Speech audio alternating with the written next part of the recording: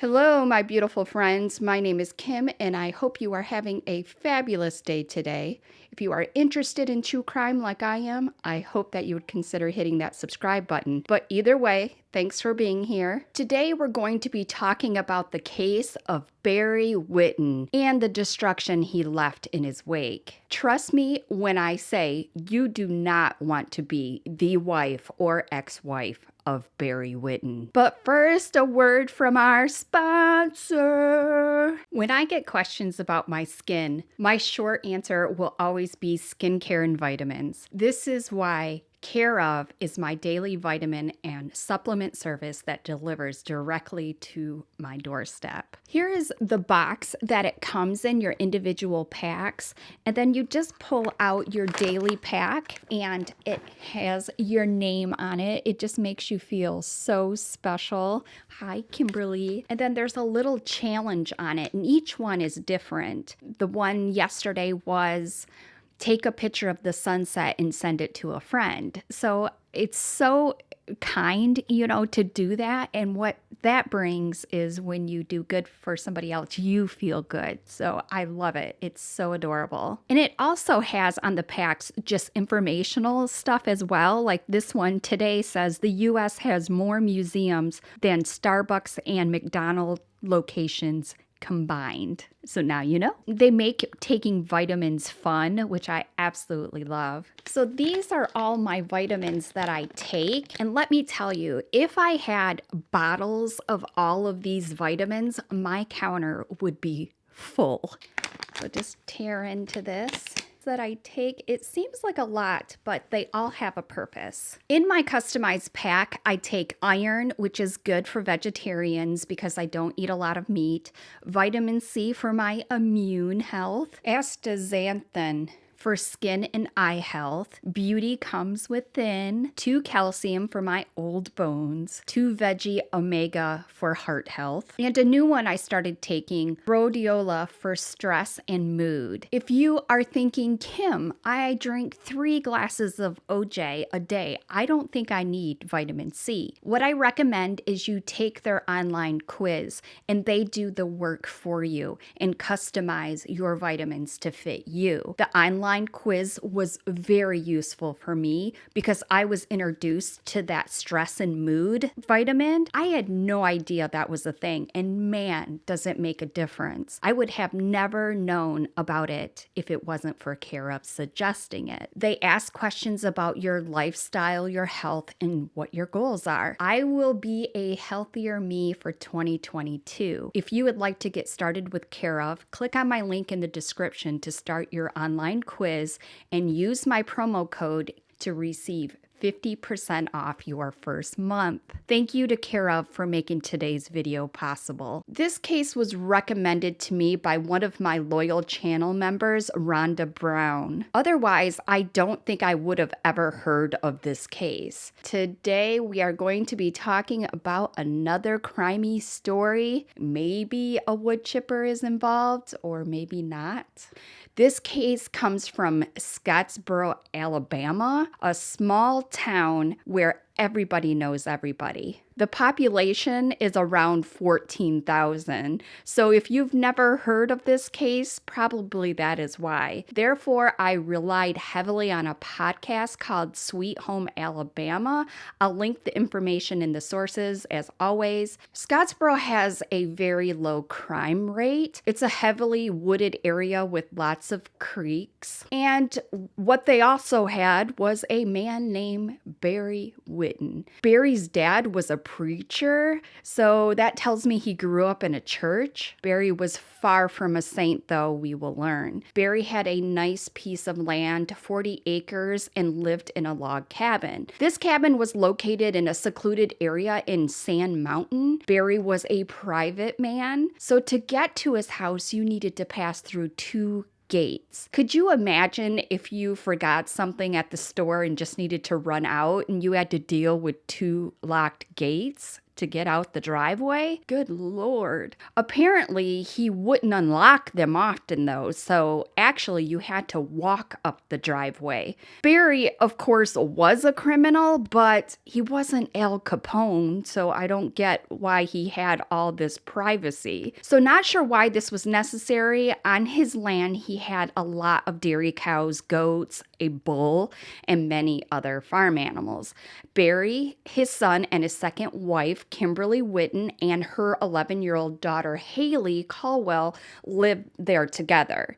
He met his wife, Kimberly, from a personal ad. Remember those days? Buy, sell, trade magazine? You guys probably don't. The days before Tinder and Match. Barry was newly single after his first wife had died just a year prior. So with some encouragement from Barry's friends, he put an ad in this buy, sell, trade magazine, and Kimberly thought he was nice and contacted him, and they went out. They started dating and fell in love because they would marry within 6 months. Well, I guess at this time, Barry forgot to mention he was married because he didn't tell Kimberly this. She's thinking she's his first wife, but after they were married, she would find out about his first wife. The family of Kimberly would say she would find out after they were married. So fast forward 8 years, they are still married. They are raising Kimberly's daughter together, Haley. Also, Barry's son, Ethan, is also in the home, but not sure how old Ethan was at the time. I want to say he's between 12 and 13 years old based on the timeline of events. Based on reports, it was said that they seemed like they were happy.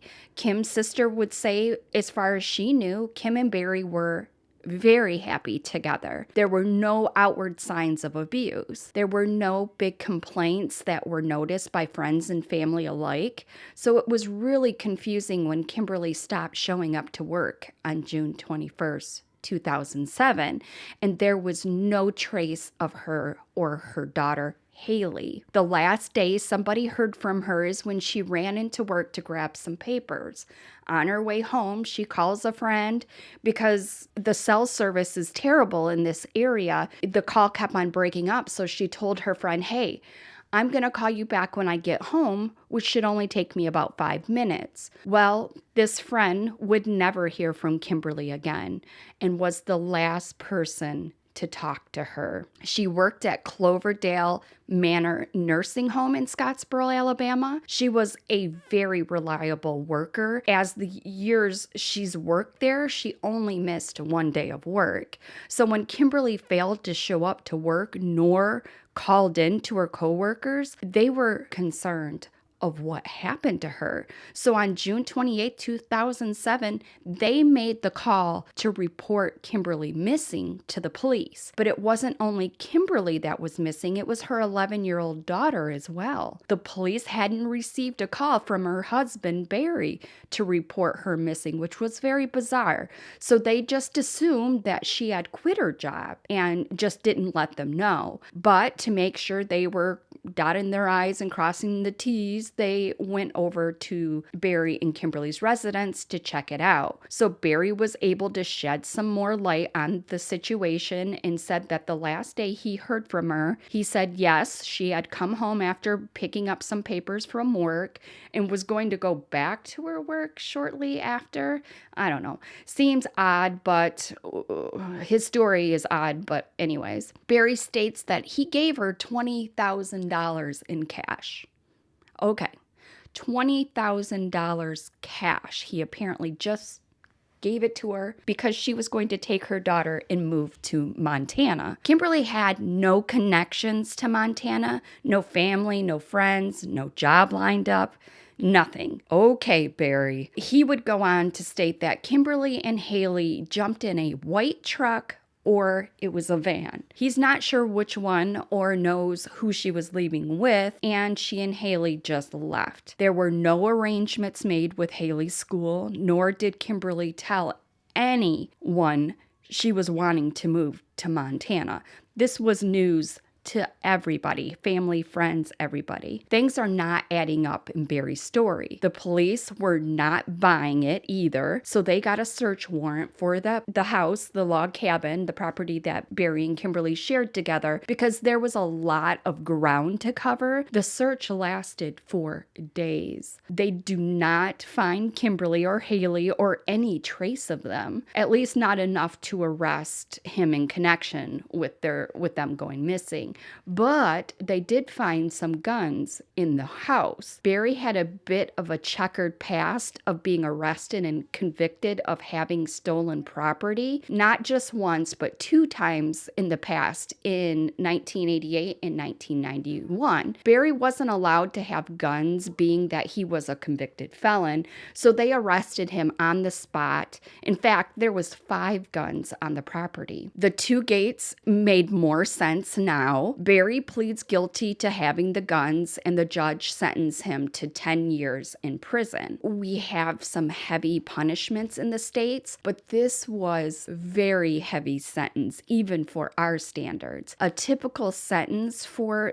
this charge is 12 to 18 months. So, of course, this raised a few eyebrows. The judge would state that he was a dangerous man and a risk to the public. He would say this because Barry liked to talk and brag about things that he had done. Barry would say that he knew how to get rid of a body and do it without leaving a trace. He would say this to his cellmate in the county jail. Furthermore, the guards would record Barry saying all of these things. Barry was not the brightest bulb, apparently, but Barry was said to tell his cellmates that he was a genius. This is laughable because, he did all this work, allegedly, but then he told everybody about it. So how smart are you, Barry? So what he was bragging about is that he had killed 3 people in total, but really wanted to kill 4. He wanted to kill his mother-in-law. I bet that mother-in-law was so happy that he was off the streets, because as a free man, her days would have been numbered. He would say he would remove parts that would leave trace evidence of the body. He would feed these parts to farm animals, crush up bones and teeth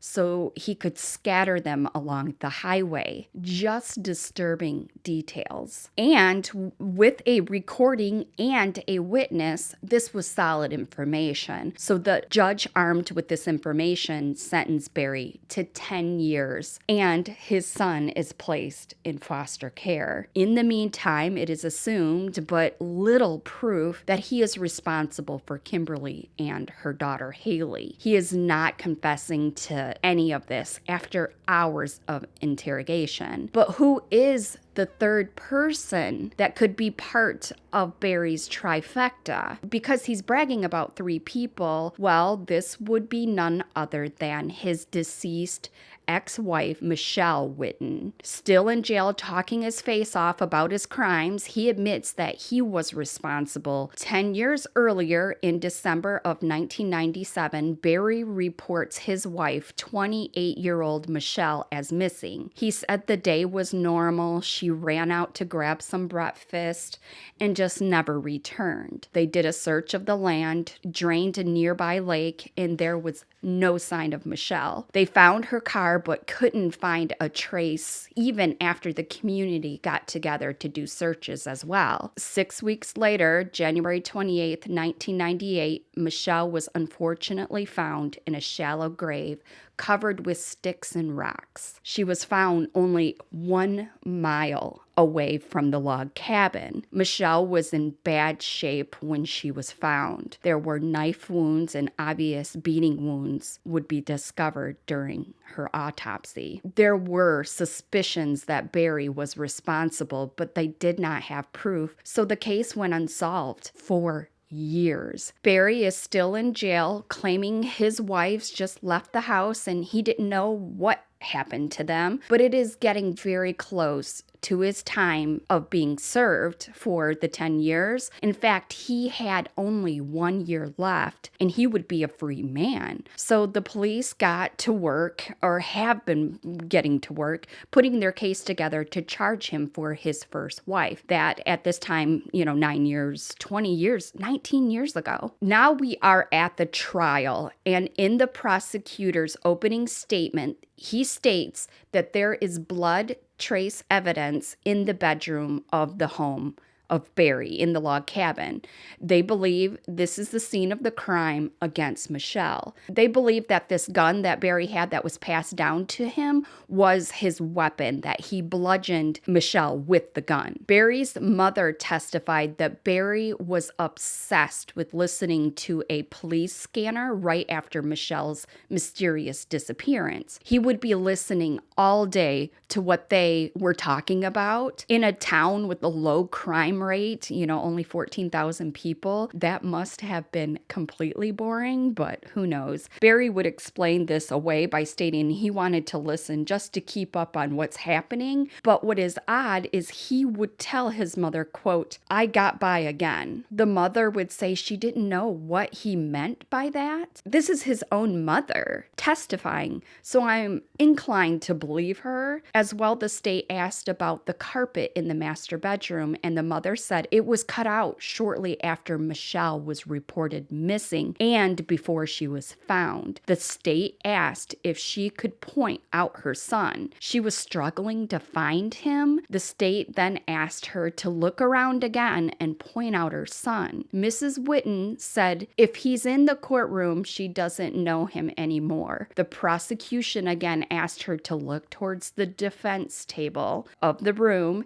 to point out her son. Mrs. Whitton said she doesn't see him because he doesn't look like her son to her. At this point, Barry Whitton, for the first time, showed emotion. All these weeks of proceedings, this is what did it for him. Doesn't that sound like she was trying to send her son a message? I think that is actually kind of strange, like some mental game. Anyway, the state called on another close friend of Michelle's who, through tears, testified Michelle wasn't ever involved with any drugs and described Michelle as a good girl. She would also say that Michelle was visibly upset 2 weeks prior to her disappearance, saying she was scared and wanted to leave her husband Barry, but felt that she had nowhere to go. His brother Dennis would state that a week after Michelle goes missing, Barry brings over that gun that was passed down and gives it back to Dennis. Dennis would explain that Barry said that he didn't want to get the gun confiscated because it meant so much to him, which is why he gave it back to Dennis, which kind of makes sense, but anyways. He had 5 other guns, so it doesn't make sense. Barry would go through all the motions, drove around looking for her before he ended up at his mother-in-law's house to check to see if she was there. So remember I stated her car was found a week after she disappeared? If I didn't say that, her car was found. They also found a wallet that was near the car. The wallet belonged to a guy named Shane. The investigators were able to confirm that Shane had an alibi the day that she went missing. Him and his dad were out of town on that day. Apparently, he worked in the area and had just dropped it or it fell out of his pocket. And people who knew this Shane guy would say that Shane was constantly losing things, so that wasn't out of character for him. But it's very bizarre. Like his wallet, an important piece by the car. Anyways, there was apparently one fingerprint that was found on the seatbelt, but I don't think there was ever a match. They didn't even match it to Michelle, so it is unclear who this fingerprint belonged to. I mean, this was a small town in 1998, so the investigator found in Michelle's car her purse. It had all of her stuff in it, ID, money, credit cards, so it was apparent early on that she didn't just leave willingly and leave with nothing with her. The same investigator would explain that Barry showed him a note he had left for his wife on the day she went missing when he drove around to look for her. It stated, "Hey, sweetheart, we are worried you broke down, and so we, Barry and his son, went to go look for you. Love, Barry and Ethan. P.S. We left at 11:03. Why did he put a time on it, and such a specific time as well? Not 11, but 11:03. That's odd. So the cellmate was called to the stand. His last name was Young. Young would talk to Barry often because they spent a lot of time together in jail. He would testify that on many occasions, Barry would talk about what he had done to Michelle, describing the same scene as which she was found. It all lines up with what the investigators found. The one problem is that he stated that the incident happened the night before, but a neighbor of Michelle and Barry stated they had seen her in her car at 10 a.m. the day she was reported missing. She was wearing a pink tracksuit in which when she was discovered, she had that same tracksuit on. So Barry stating she left and never came back that morning could have been a lie anyway. Like, none of it makes sense. So we will never know, but it just seems odd. The neighbor's memory could be off as well. This happens all the time. Barry ended up being found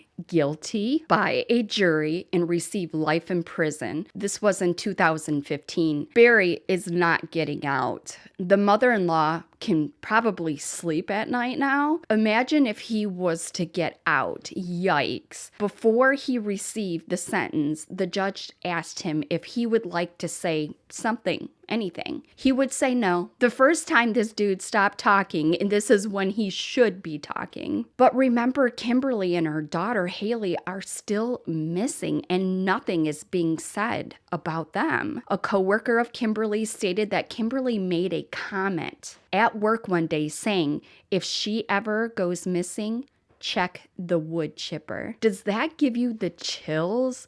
Because that totally gave me the chills when I heard that. It was as if she knew her fate. And this is heartbreaking. A wood chipper?